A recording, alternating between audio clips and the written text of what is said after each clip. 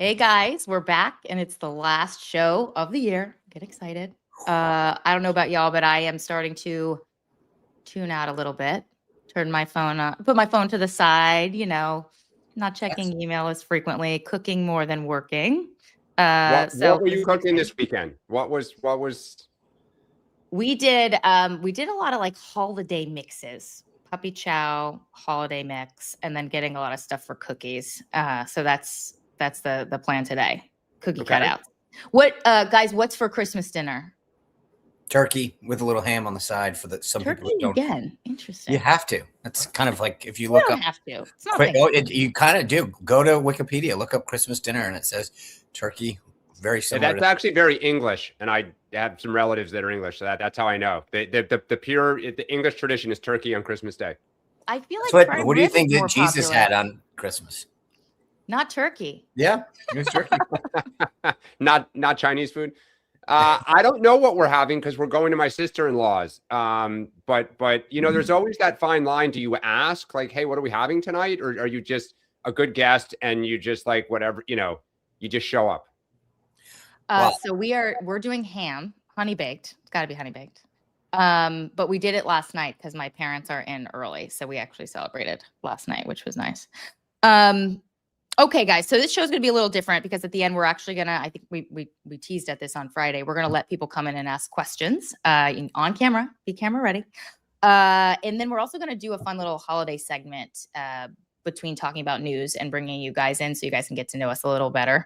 But first, we'll talk about what we're going to discuss today. Our agenda. We're going to look at the 60 Minutes spike. This 60 Minutes package that was spiked yesterday. Everybody's talking about it right now on Twitter.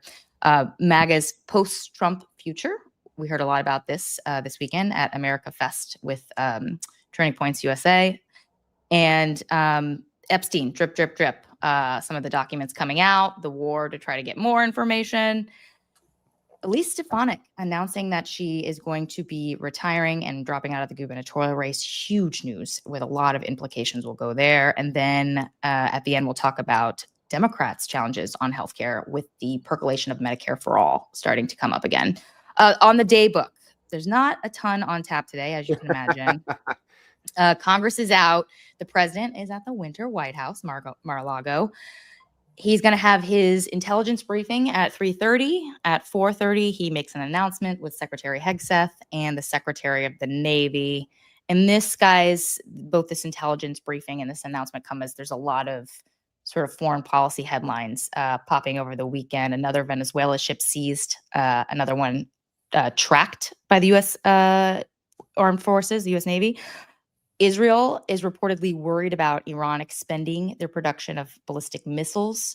Apparently, Bibi Netanyahu, who I believe is going to be talking, he's going to be visiting Mar-a-Lago in the coming days. He's going to be trying to pitch the president on going after what he views as a new threat and neutralizing it. Sean, quick question there. We shouldn't expect the president to do another bombing of Iran come election year.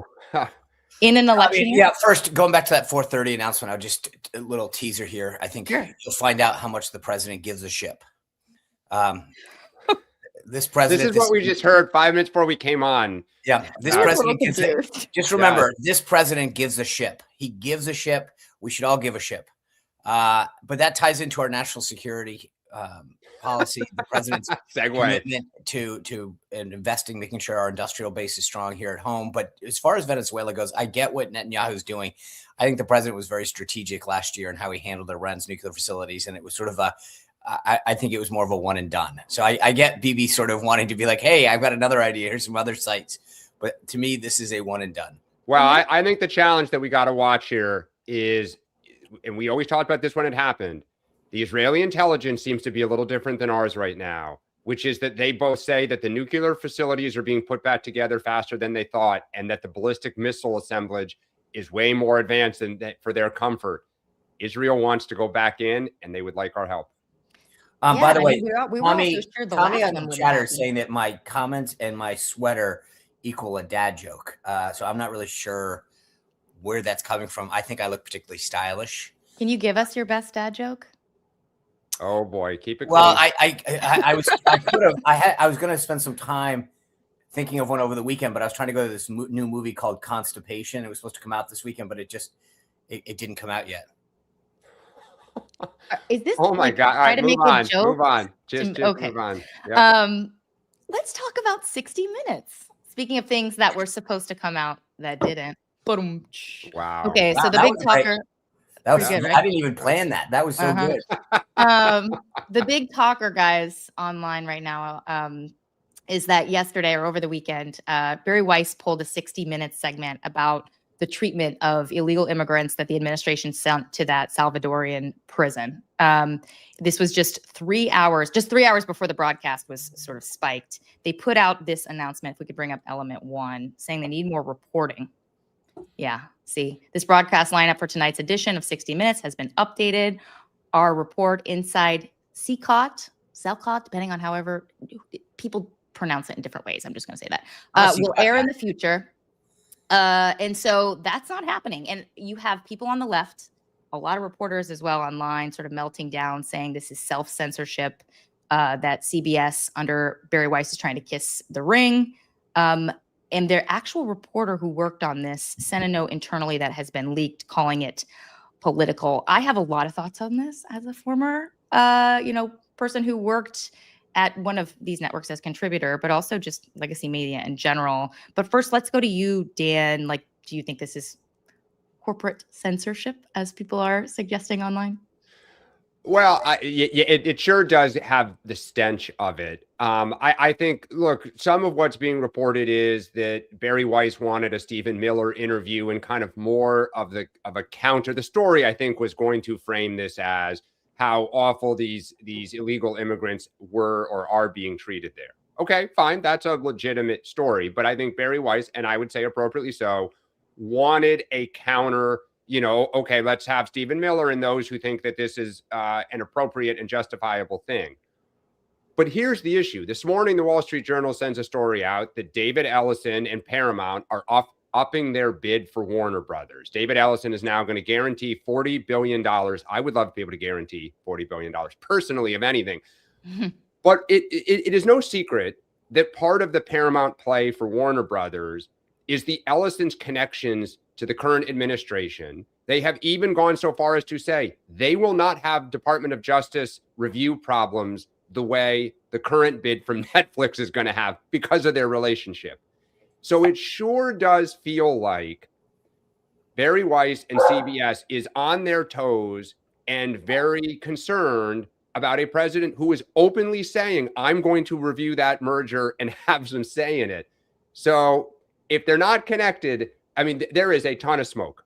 It sure feels like there's probably fire. Well, look, isn't this part of the reason, though, that Ellison wanted Barry Weiss here? I mean, like, the reality is that CBS, a lot of these networks, they have had a left-leaning bend. And so the point of putting her there was to reassess what's being reported, to make sure full context is given. You mentioned the thing about her wanting Stephen Miller, someone from the administration, to weigh in to give their side of things. The other bit of news was so that. Do you think if Stephen's allowed, then that they would allow it? They would allow what? Like him? That they would run the segment. Well, yeah, probably. Well, she says it's going to run at some point. It's just she wants more context. And then there's other things like calling it. She had issues with them calling these people migrants instead of like illegal aliens. I mean, there could be other things we don't know too. Like maybe she's seeing some of these people who are on camera and saying, "Oh, what if their credibility is shot? Like, how do we know we can trust these people?" So like there are questions. There are legitimate questions perhaps that she has. And again, this is why she was brought in at CBS. I want to say something else, and that is like, things like this suck when they happen, but in journalism, they do happen quite frequently. You will write something and it'll get, your editor's good, goes up a little higher, editor's good. And then the day before it's set to run, you hear from the big boss that, wait a second, like, why don't we explore this other angle? Does it suck? Yeah. It happens to some journalists more than others. But look, it's just part of the process, number one. And number two, if you don't like it, then leave, do independent media. The thing that gets me about this is that the journalist who was shooting, the video is out there calling it political and suggesting there's something negative and nefarious going on. I mean, we'll see if she has a job in a couple weeks, because you can't just go out there and attack your bosses and not expect to have repercussions. So anyway, Sean, what's your take on all this? Yeah, real quick. There are a lot of stories about David Ellison, right? But there was also a story came out last week that said Ellison's claims about his relationship and his closeness with the administration are largely overblown, that he's touting himself, and yet inside, I mean, so there are counter stories that claim that he doesn't have the power that he does. Granted, every lobbyist in town is getting on one side or another this Warner Brothers buy. But so I'll just say for that, on that front, just know that that's the case. Two, I just want to go back to for the overarching thing. Politico and others are framing the story that everyone is talking about. I think if you're in journalism in DC, you probably are. No one gives a crap in Illinois or Montana or Florida. Like, the self-absorbedness that some of these folks in the media come at stories like this and say, like, and that's literally the quote, the story everyone's talking about. They're so self-absorbed with their own industry and their own selves. It's unbelievable. And this was another example of that, where it's like, no, most normal people aren't talking about whether CBS had a story or not. And then the third is just to the merits of this. And I think, Rachel, I was going to comment, you said it better than I would have. This happens all the time. You think about Amy Robach back a few years ago, caught on a hot mic talking about how ABC was burying her story and reporting on the Epstein files with Virginia Giuffre. But just even my own old show at a network, there would be times the bosses weigh in and say, hey, before we cover this story, we need to do this, this, and this, or I don't want you getting that guest on until we have. It happens all the time. And the funniest part about it is if you dig down in the reporting, the sort of even the New York Times, which is going to be very sympathetic to journalists and anti-Trump, the Michael Grinbond story has nothing. It's basically how you described it. Barry Weiss had questions about whether or not they had factually gone out and tried to get other sides of this, made it more balanced, et cetera, et cetera. That's what's supposed to happen in a normal newsroom. I get that 60 Minutes has been able to run, full steam ahead promoting one agenda. But the idea that somebody's asking them to think about the other side is what really is supposed to be at its core happening. So there's no allegations. It's funny. Everyone loves to use the word in the media without evidence when it comes to the Trump side. Well, here we go again. Without evidence, there's no signs that this is political. This is nothing more than a professional attempt to get the story right. So I just, without evidence, this is what's happening. And yet everyone in the media is jumping to a conclusion as about why it happened. Well, I wouldn't say without evidence. Okay. In that. All right, counselor, what's your evidence? Do you guys believe Donald Trump when he says, I care about this merger? And sure. I'm going to have. He does. He wants to change the lineup at CNN. I mean, right, exactly. Which is, we would all agree, totally inappropriate. But okay, it is the world that we're in.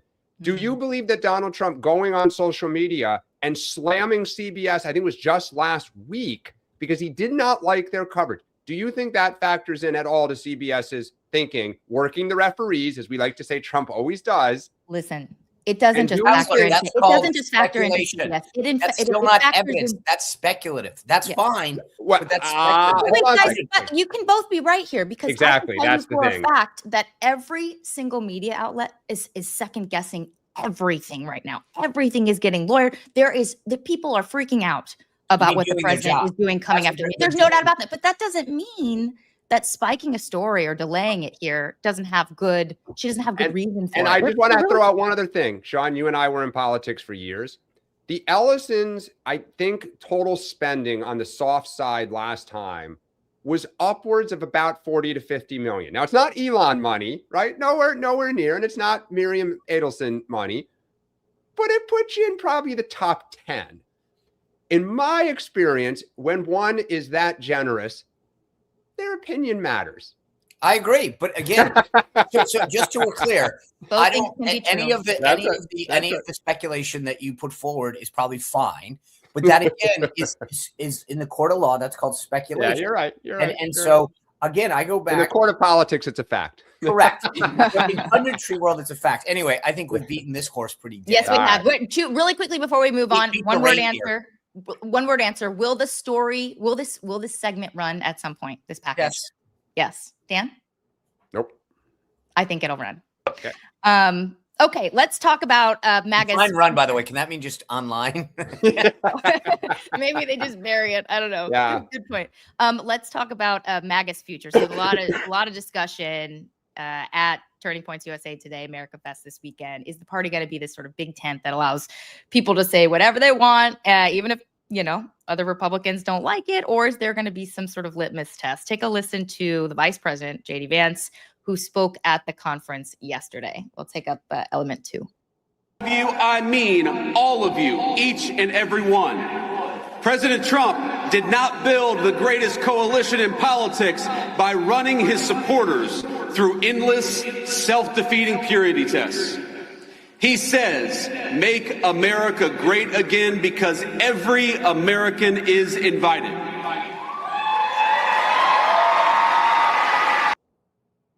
Now I want you to listen to the opposite sort of take of this. Scott Jennings yesterday on CNN's State of the Union. Personally like all this infighting myself, but on the issue of Israel and on the issue of whether we're going to platform anti-Semitism or platform Holocaust deniers, I know where I am, and that is we're a political party, not a sponge, and we don't have to soak up everything that oozes in under the door. I should say one thing. The vice president did call Nick Fuentes, this Hitler sympathizer, a loser. He used some choice words with him in a number of interviews this weekend, but he's saying, look, it's not our job to censor people. And then you have people like Jennings right there saying, look, this is a problem for the party. Sean, like, these two things are opposites, right? Like, I'm not trying to be cute or play gotcha here. No, like, no. So what is the answer here? What is the correct sort of balance? Yeah. So, like, look, this is where I think a little bit more context matters, in the sense that what the vice president was coming on stage at the end of, we talked about this last week. You had Ben Shapiro kick it off, going after Bannon, Megyn Kelly, and Tucker, and then saying they were grifters and whatever. And then Bannon came on, took shots at Ben. I think the vice president's comments were more into the previous speaker, saying, guys, the way I read this was, we don't need to go after each other. This isn't a purity test. He wasn't talking about a Nick Fuentes, right? Meaning he had, as you point out in an interview on the Unheard, he had said something like, he called him some profane words and et cetera.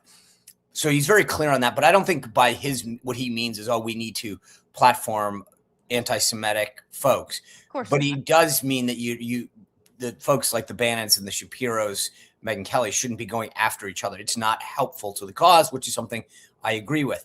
And so I do think there's a big difference. And also what Scott was saying is consistent, which is, doesn't mean you kick them out necessarily, but you don't platform them. You don't have to give Nick Fuentes or whomever, you don't give them the place to come, but it also doesn't mean that you have to like cancel everybody.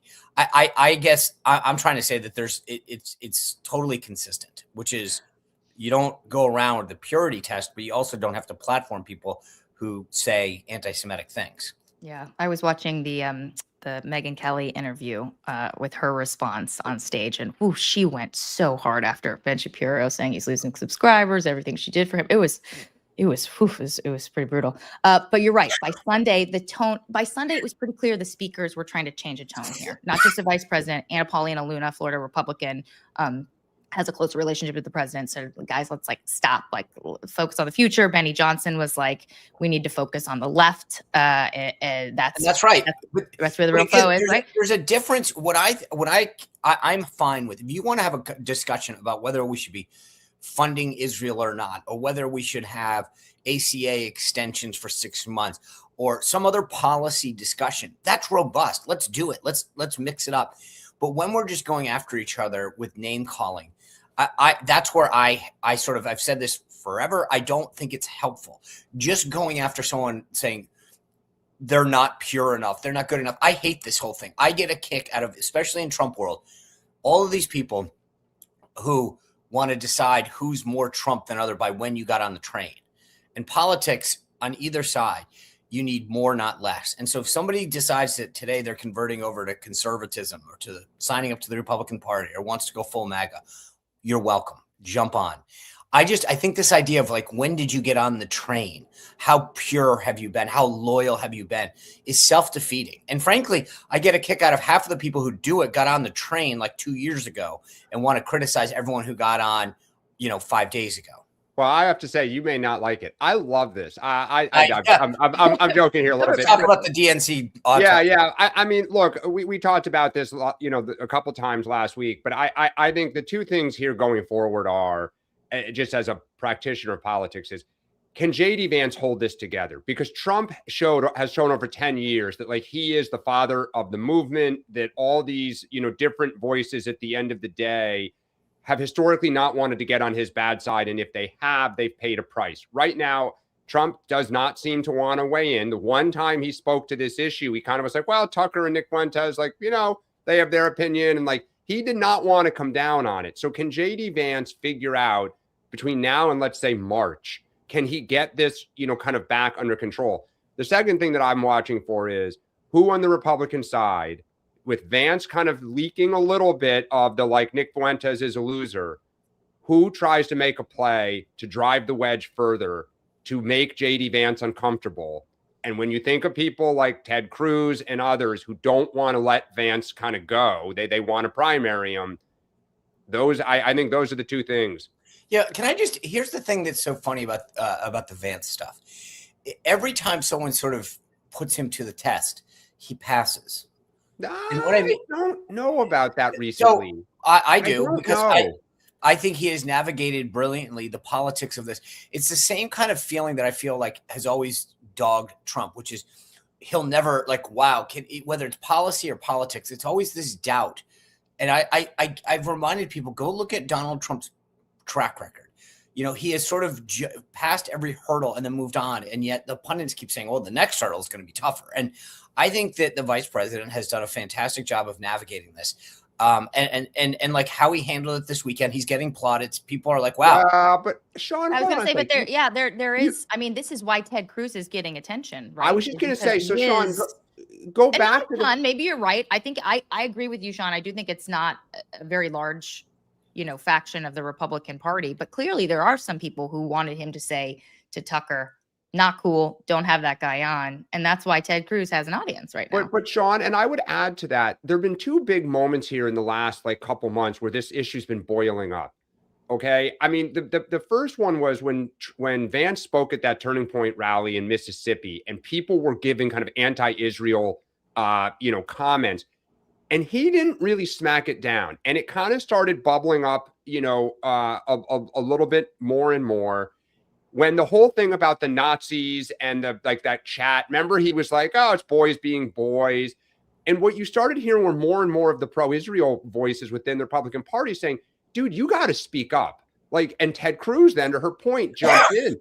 I kind of think he's actually fumbled this toward the end of the year. And it's what's giving Cruz oxygen with it. Yeah, it's in the shadows right now. It is Ted Cruz's birthday, so happy birthday, Senator. Oh, wow. There you go. Was it in playbook? That's the big question. And it was also on my calendar, but yes. All right, well, we'll have to see. Last question about Cruz for you, Sean. I mean, I totally agree with your assessment that it's going to be Vance. Like, this is his to lose. And I just wonder, do you think Cruz is making a political miscalculation here and that he's going to end up hurting himself by, doing the shadow boxing with Vance long term?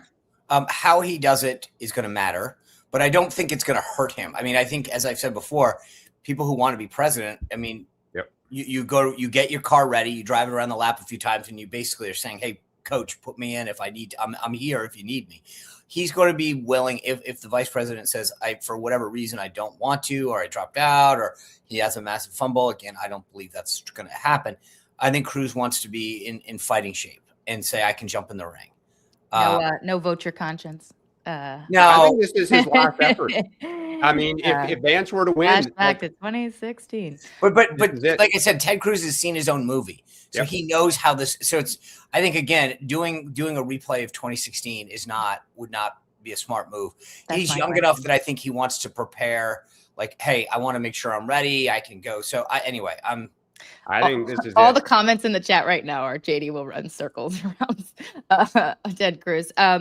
Anyway, just acknowledging that. Okay, let's talk about Epstein. So the Justice Department released a bunch of documents, albeit not all the documents like they were supposed to. And the top sort of headline, well, two top headlines. The first one was that You can see just how cozy Bill Clinton was with Epstein. Huge embarrassment for Democrats on that. Pictures of him on the beach with Epstein associates, at the pool with him. Pretty embarrassing stuff. What? Sorry, say that again, Sean. There's a hot tub photo, which I wish I could Okay, yes. which I want to see. Awkward. But right now, a lot of the focus has been on lawmakers, some Republicans, mostly Democrats, saying that DOJ broke the law by not releasing all this information. You have Ro Khanna, the progressive from California, and Thomas Massie, who's obviously already a Trump critic, right? Talking about impeachment and quote, inherent contempt of Pam Bondi's who they're and talking let me just about. explain out what that is. Inherent contempt has always been laughed at on Capitol Hill. It's things that people talk about, but they never do it. It means basically arresting someone and trying to hold them, in the Capitol somewhere until they comply with a subpoena or with a law of some sort. It's not going to happen. Dan, are Democrats going to push? They're not going to push arresting Pam Bondi. Do you think they end up pushing impeachment of her? No, I mean, I think there will be some fringes in both parties. I mean, look, this issue, as Susie Wiles said, is a really important issue to tens of millions of people. In both, I mean, look, I have said this for a long time. Democrats are playing politics with this because we can, but it is a very important issue. And, for whatever reason, the administration says they're just trying to make sure that they're, safe and secure, protecting victims. They're not, they did not meet the deadline. And they're saying that they will kind of get this out here in due course, but that is in violation of both the letter and the spirit of the law that was passed and the president signed. So, I think Democrats will keep pushing this because Americans, tens of millions, will keep pushing this. I mean, I've always kind of laughed at this a little bit in that it's not a story that people really cared about, except in the Trump base for the last 4 or 5 years. And now it's kind of like, Democrats are, hey, we have an opportunity to cause a little mischief. We'll keep doing it. I have wondered, though, how much the focus on the process has been sort of to distract from the Bill Clinton stuff, which is quite embarrassing. I mean, look, it's been known for years. I mean, it's been, I've told this story publicly. I once spoke to Jeffrey Epstein when I was raising money for Mrs. Clinton. I mean, they knew each other. There's just that Bill Clinton and Jeffrey Epstein knew each other and socialized, and he traveled on his plane. That has been out in the public record forever. I mean, again, just like Donald Trump's association. Something about seeing the hot tub pictures is like, okay, it's a little personal. It's embarrassing. Sean, how much? Oh, and by the way, Tim Kaine said that Bill Clinton should talk about this. Yeah. I mean, that's not, oh, by the way, like they was not going to do that. Yeah, I agree. I agree. But you don't think they will? That was her vice presidential candidate who made that statement. Yeah. Sean, how much, it seems pretty clear that the White House intentionally released a lot of bad information for Democrats first. Yep. I'm just curious, in this final batch, is there anything that has Republicans worried? I don't think so. But you never know. But I don't believe that's the case. And I go back to this whole thing that I think it's going to be a big dud. Who knows? I don't disagree, but Christmas Eve, I could see the worst thing coming. I don't know, man. You don't fight this stuff so hard the way the administration has for no reason. Sean, you and I were in politics. You don't. There's just something that's like, man, when I see somebody trying to break arms to prevent it, and then I disagree because I think this president, if he thinks someone's in the wrong, he's stubborn. He's going to dig in. Think about how hard he fights on every little thing. I just feel like he clearly doesn't like a headline. He doesn't like a headline with him and Epstein in the same, sentence. And because of that, he didn't want this stuff to come out, didn't want to. It obviously had to have his hands forced here by Republicans who didn't want to, take a bad vote on Capitol Hill and hear from their constituents. But I just feel like the president fights. If he doesn't like a headline and something, he's going to fight so hard. That doesn't. I don't think that means there's anything nefarious about that. But, maybe. Okay, let's talk about New York because some huge news. That was Friday night, I think. Friday afternoon. Friday night. Rising star in the party, Elise Stefanik. I have covered her since she was just, not quite a freshman lawmaker, but when she was super early and young and Congress, gone through leadership, becoming this huge rising star in the MAGA movement. She announced Friday she's dropping out of this, race, the gubernatorial race for New York, after a longtime Trump friend, the Nassau County executive Bruce Blakeman, jumped in. And not only that, she's going to be retiring. We have talked on the show about how she has gotten screwed over so much this year, named to be ambassador to the United Nations, had to see her nomination dropped because of the slim margin in the House, even though a lot of other people would go on to leave Congress. But the big thing I'm hearing about right now with Republicans is, what does this mean for the down ballot races in New York? There are a lot of sort of centrist Republicans in difficult districts in New York. The belief, from my understanding, is that at least Stefanik does fire up the base. She can raise a ton of money. She has raised a ton of money, and that she would be a huge boon for Republicans in the state. Sean, how worried are you about down ballot races in New York, and how is this going to potentially impact the fight for the majority next year? Zero. Really? Zero. Why do you think not? Because I mean, respectfully, I think part of this isn't. I think Elise had a very difficult decision to make, because she wasn't going to return to Congress anyway. She lost her. I mean, she gave up her leadership because she had been appointed UN ambassador. She wanted it back, though. She had already put her right. In. Wanted it back, but you can't undo an election, right? So Lisa McClain had already taken over the House. She had put her staff together. I mean, it would have, and she'd been given a chairmanship of what they call ELK, Elected Leadership Committee. Previously, Rob Portman had that position under Hasser. I mean, like, you can actually do something with that if you want. Clearly, her and Speaker Johnson are not on the best of terms. I think she made it. I mean, I think she put her house up for sale a while ago, if not sold it flat out. She's got young kids. I think there's a level of frustration that she felt and just said, this isn't worth it anymore. And the other thing is, let's also be clear. Like, go look at the latest public polling. At least she was down 19-20 on Governor Hochul. I'm not saying she couldn't have closed the gap, but this is not. I don't read the environment right now in New York.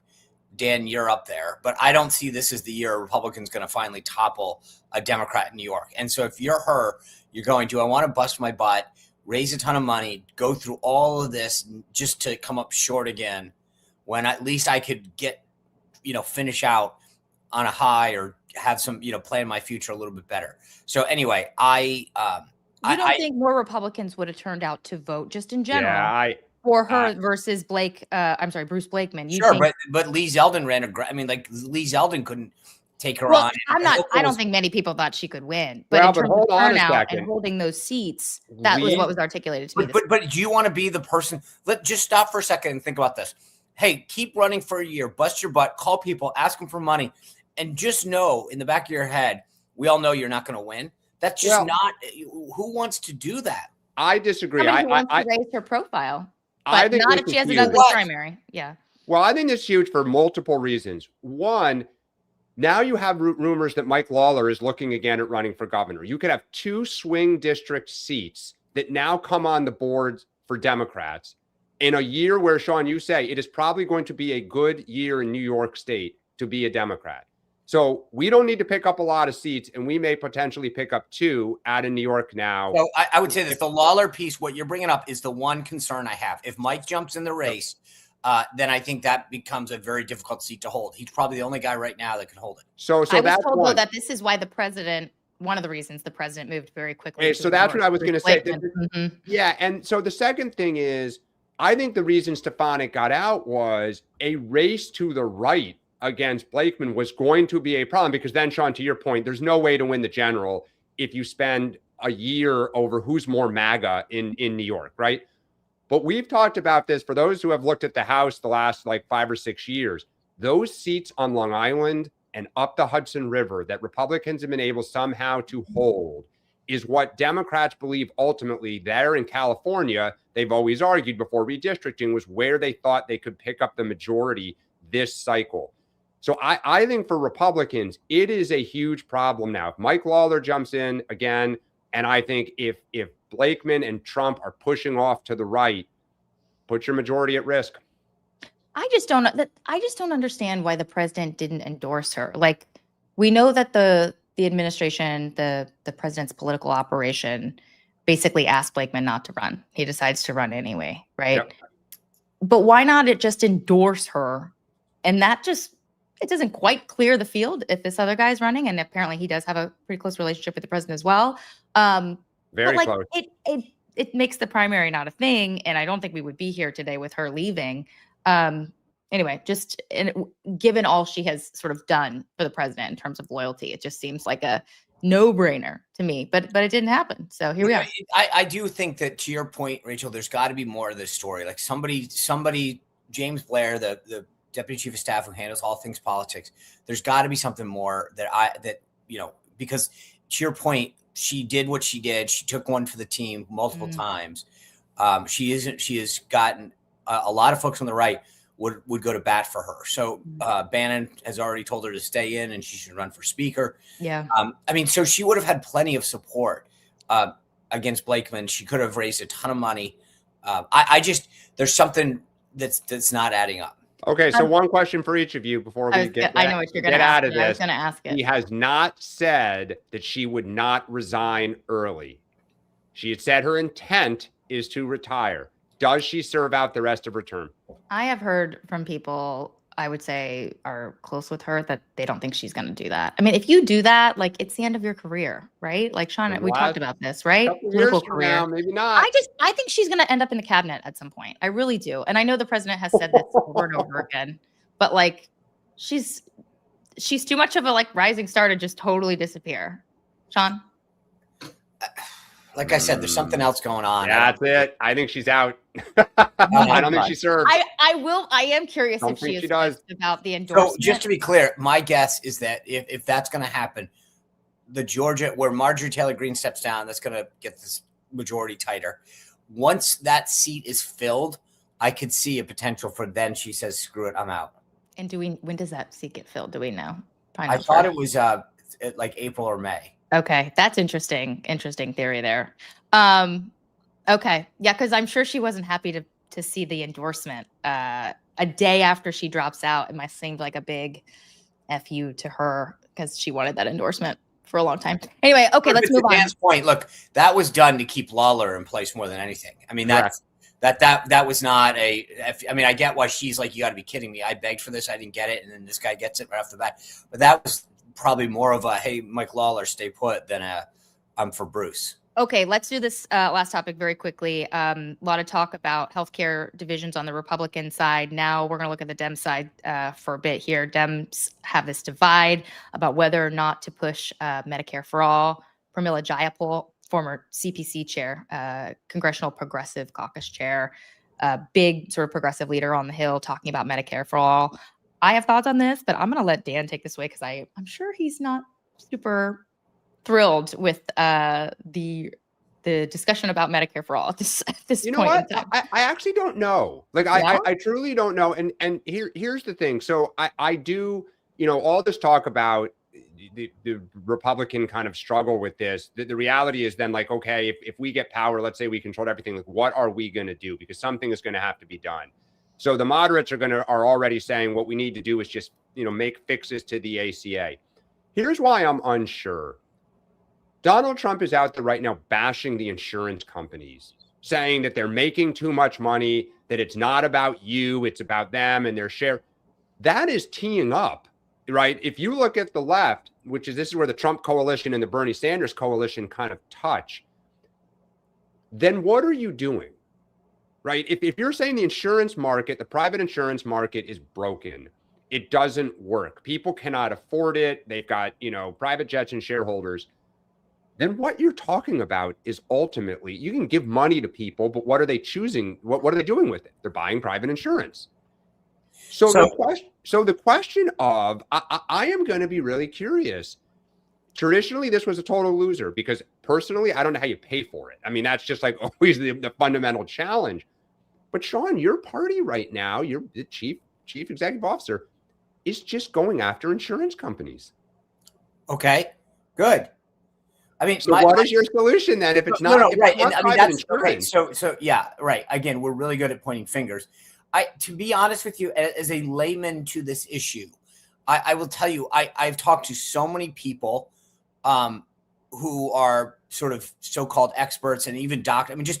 I mean, what frustrates me is, to be honest with you, I know the details will matter, but if you actually literally said to people, decoupled it from your employer, had private personalized insurance so that you could move, because that takes care of a lot of the problems. I think I mentioned this once before. When I asked my doctor about why certain drugs weren't covered because, long term, wouldn't it save the company money?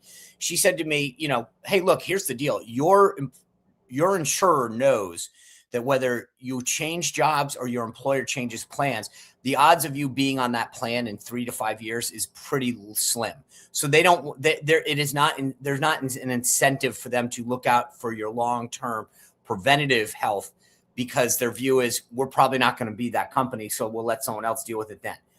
True or not, that's so to me, I think we've got to decouple it, one, from an employer, make it personalized, give everyone a medical savings account that can run over. So you get a catastrophic thing that covers you, and then allow things. If you want to personally buy something that covers X, Y, or Z, great. If you want to buy add-on insurance, great. But I think we cover people catastrophically and then give them a savings account to allow them to build. If they want to buy additional insurance, great. If they want to use stuff for out of pocket, but we need market forces, and allow those health savings accounts to roll over and over and build, be transferable down to, this is what we should be doing. But two quick things that I want to make on a political front.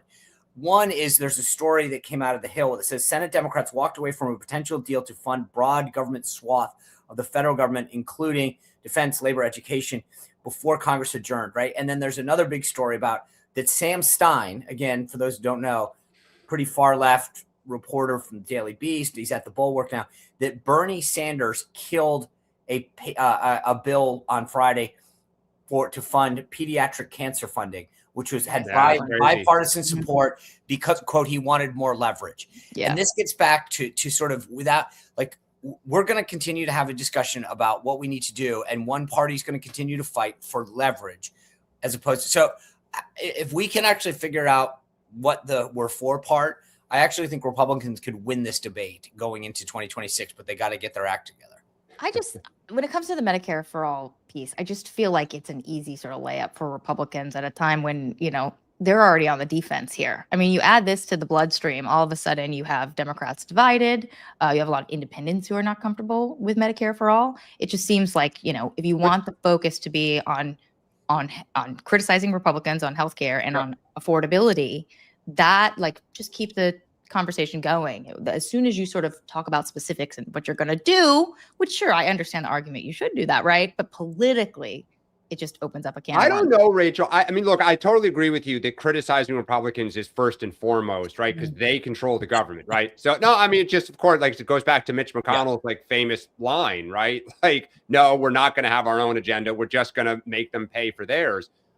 But I do think, though, that this on the right as a working class party now with a working class base, I don't know. Healthcare is a killer for people. And Sean, you can give them some money, but boy, I don't know what the response to that Trump base is going to be on this issue. The old George W. Bush base hated it. It's the Tea Party. It's not where the political fault lines are anymore. Well, we'll be talking a lot about healthcare next year. But let's, guys, start thinking about your questions. If you have one, just to sort of flag to people, my understanding is you have to put a comment there in the stream, and then we can pull you up to bring you in on camera. Yeah. So start thinking about that. But just before we move to questions, a very quick sort of holiday round of get to know you to sort of loosen things up here and have you guys get to know the hosts a little bit more. Favorite Christmas movie? Sean, go. So I'm going to tell you something. You want to get to know me. Last night, we decided to sit down to watch A Wonderful Life. I've never seen the whole thing through. I've seen clips. I've seen the end, a ton. It's so sad. And didn't get through it again. So yeah. I was like, mission not successful. Good question. I don't know that I have a favorite Christmas movie, although I am very, very passionate about the fact that Die Hard is not a Christmas movie. It's a Christmas time movie. And you can go at me all day long, but there's a big difference between Christmas movies and Christmas time movies. Dan? National Lampoon's Christmas Vacation. That was on yesterday. I love the old Chevy Chase. That, guys. Oh, that's a must. It's a must. But then I would also say, because on Christmas Day, for those who still watch cable, they always rerun all of the original Star Wars and the Godfather trilogy. And I always associate that with Christmas Day because I love those movies. And since I was a little kid, I always watch them. Rachel, what about you? I'm going to say Home Alone for Christmas Day, but for Christmas time, people are going to think I'm weird on this. I just feel like Christmas time is like Harry Potter. You watch all of them again. Okay. Or Lethal Weapon. All of them again. Oh, look at You you. guys remember those movies? Okay. Yeah. Of course. Danny Mel Glover. Gibson. So So can I just throw? I want to know. Do you guys have a Christmas routine? Like, do you go to? Or like, I think that there are Christmas Eve people and there are Christmas Day people. Oh, that's it. Like, For mass. You're talking about for going to mass. for everything. Do you? Some people Yeah. I know do presents on the Christmas Eve. Like, so Dan, are you? What is the Turrentine? Do you guys? Are you Christmas Eve or Christmas Day or a little both? So there's a 2-part answer for that. My in-laws, the Malays, are a Christmas Eve tradition. Everyone gets together from like noon to 6 because they used to then go on Christmas Day to visit family all over the region of the Philadelphia and New York region. My family was like Christmas Eve mass, like family dinner. You could open one present, usually from like a relative, like something small. And then Christmas Day was like our big day and we'd have neighbors over and stuff. So in our now, house, we're both. Rachel? Yeah, I would say like we've mixed it up a lot over the years, but I definitely am a fan of doing Christmas Eve mass, and then you can sort of stay in your pajamas all day on Christmas, unless you're traveling to see family, or just travel to see family in your pajamas. Yeah. It's fine, Yeah. Sean. Christmas Eve mass, 100%. Back when the kids were little, we did the Turrentine thing. We gave everybody got one small present.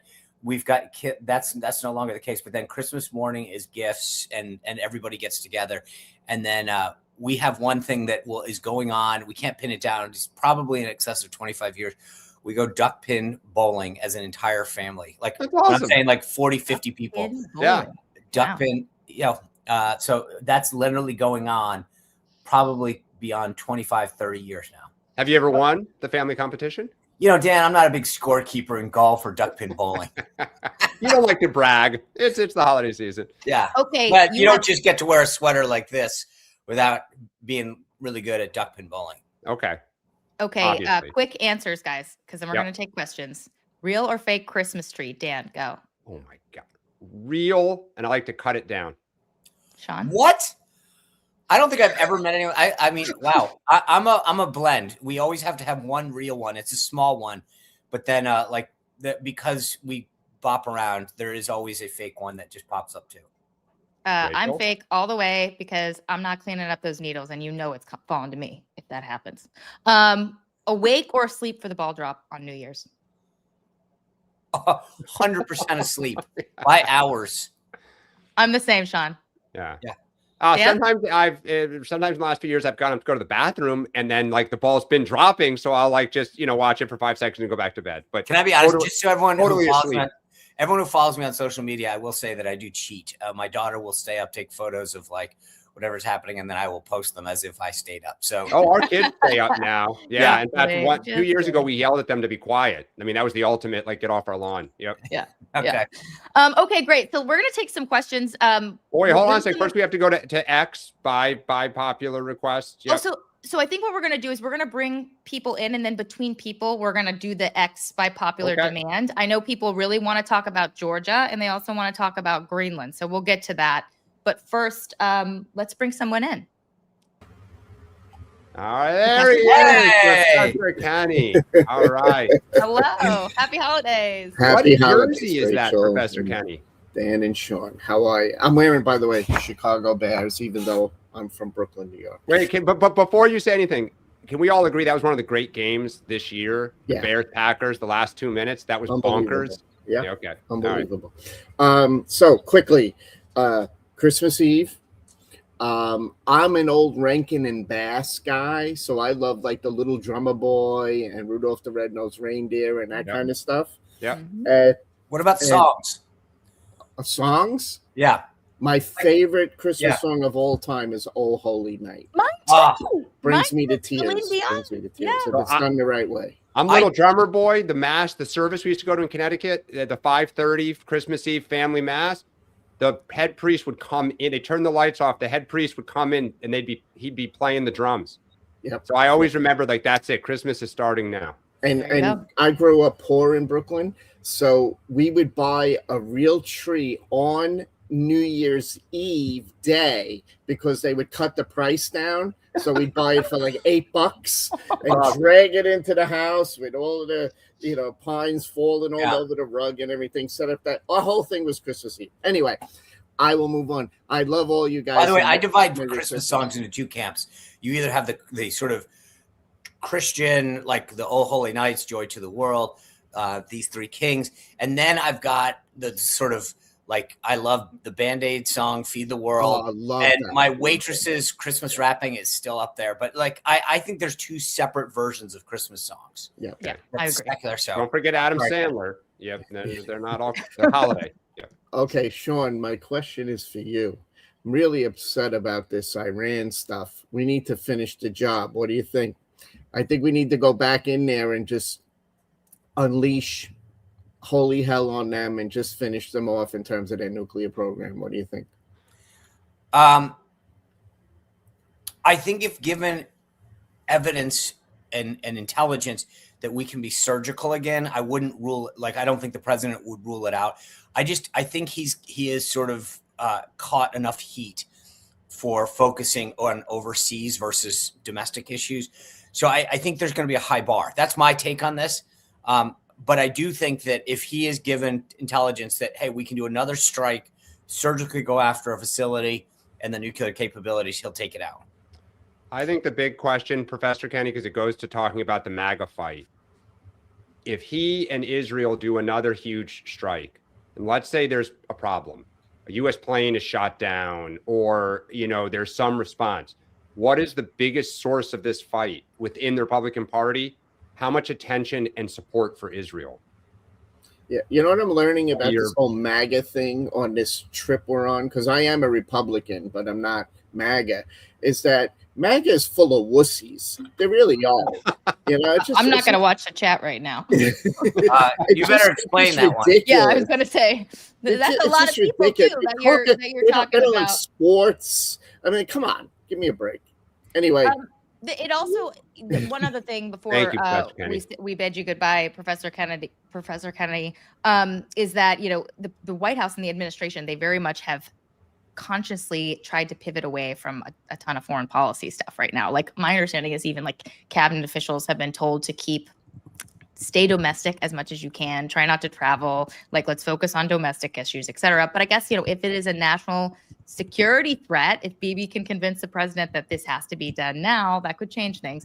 I'm just really skeptical because of the midterm election. Whose national security are you talking about there? That's going to be the issue. Yeah, they have to articulate that. Thanks for coming on, and it's good to put a face to a name. Yes. By the way, we mentioned this a long time ago. I just, as a hat tip, like if you are interested in this stuff, the national security strategy was released 2 weeks ago now. Yeah. It's up at the White House. Go read it. I think it's not long, and I actually really appreciate the way that they wrote it. I mean, it's meant to articulate the president's point of view and why he thinks what he does, regardless of whether you're a Trump supporter or not. To understand the thinking, I mean, this goes to what Professor Kenny's asking about. If you really want to know what they're thinking, who the threats are, how they think they need to be addressed, go read it. It's actually, I think it's a fascinating document. Okay. Merry Christmas and Happy New Year. Yeah, happy holidays. Yep.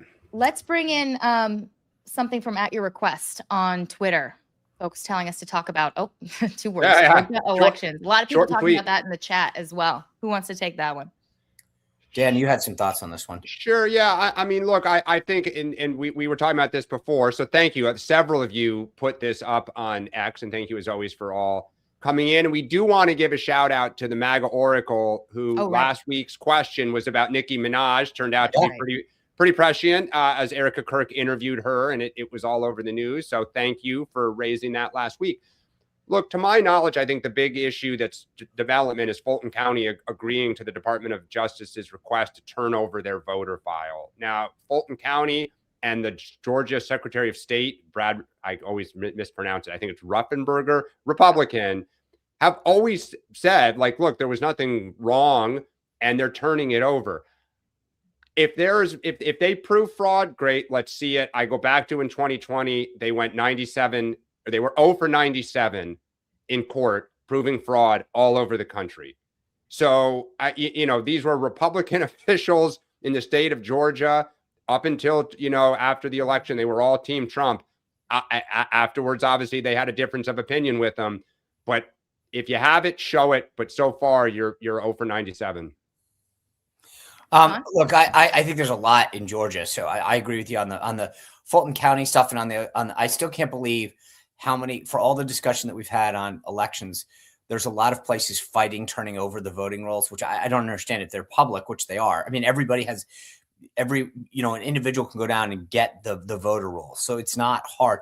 The idea that counties and states are fighting the administration on public data is a very interesting dynamic, and you have to wonder why when a lot of these blue places won't turn over public information. We'll keep an eye on that one. Let's see, I'm just looking at the headlines right now. Real Clear Politics, 315,000 votes lacking sign-off counted in 2020. I mean, how much did the president win by in Georgia?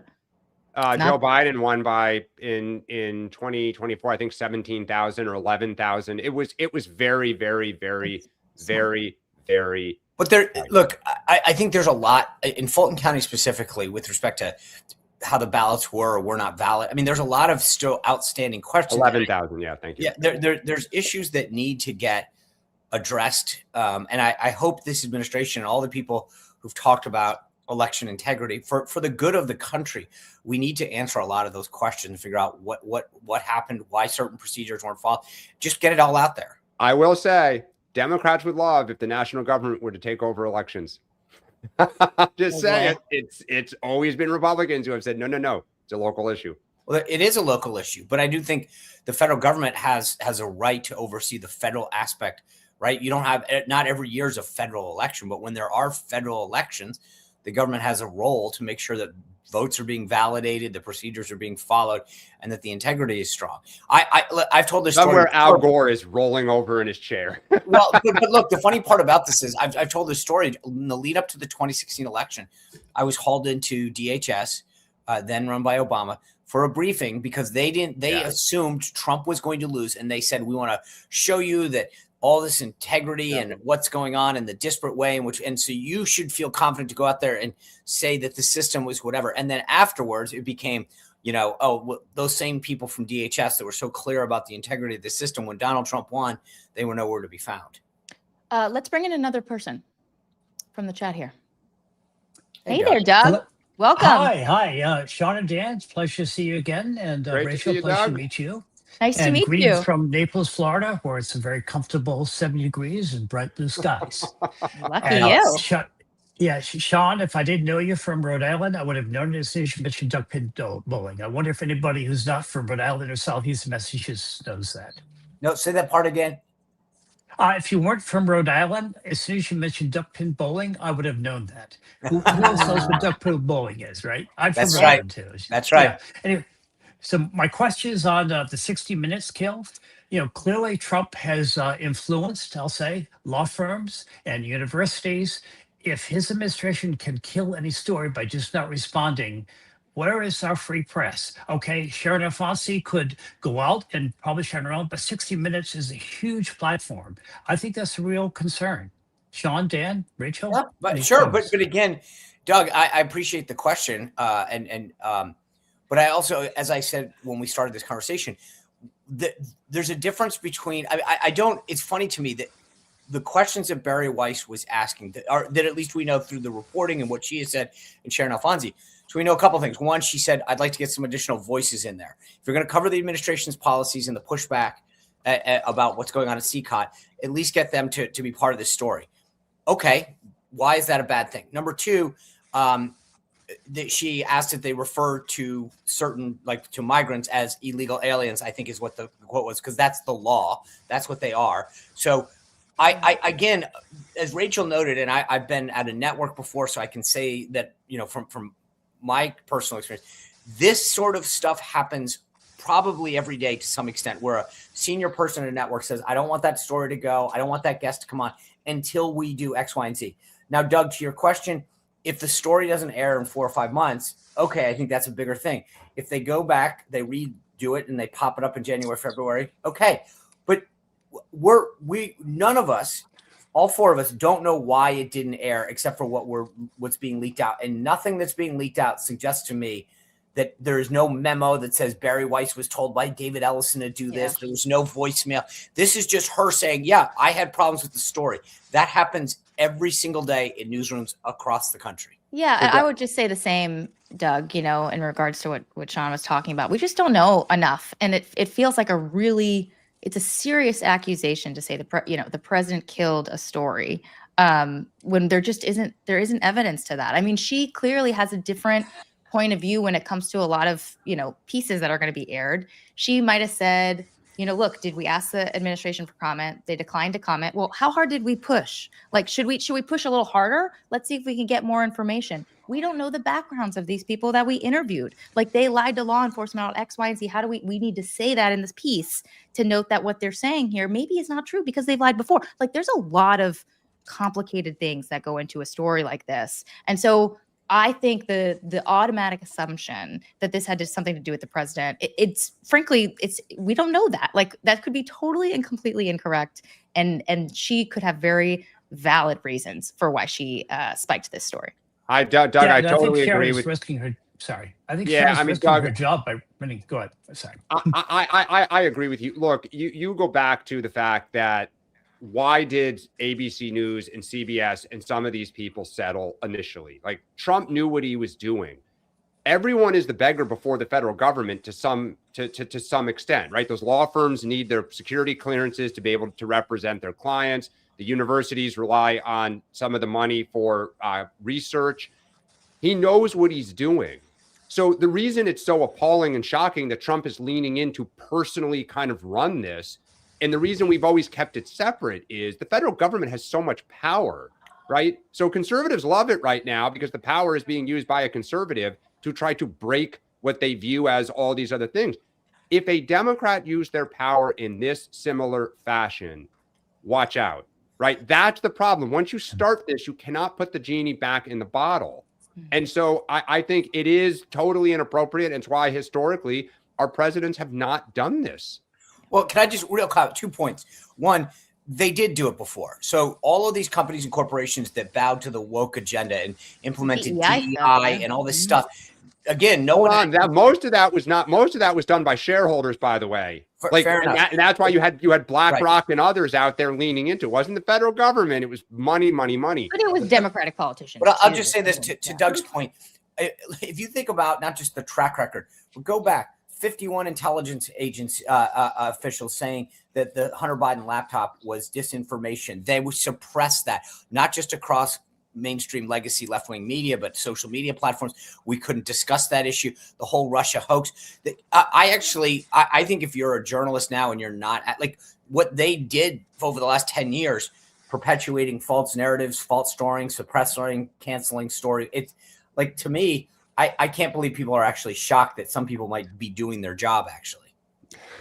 Doug, thank you. We're going to agree to disagree. Thank you so much. Merry Christmas, everyone. Thanks, Doug. Yeah, Merry Christmas. Happy holidays. Let's go to, at your request, another from Twitter that people want to talk about. Thoughts on Trump once again threatening Denmark about taking away their territory. Can anyone view America as an ally, or does every country now need to view USA as a potential threat? Sean, I feel like we should go to you on that one. Yeah, by the way, it's great how this is phrased.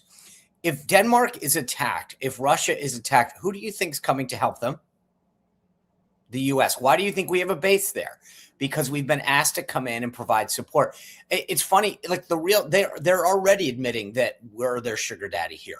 Like, so us, in terms of rare earth minerals, strategic location of where it is, to not have an interest in Greenland would be nuts.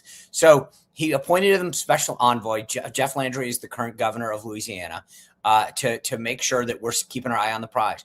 But I think, again, this sometimes I always think people get distracted by some of Trump's tactic versus his goal.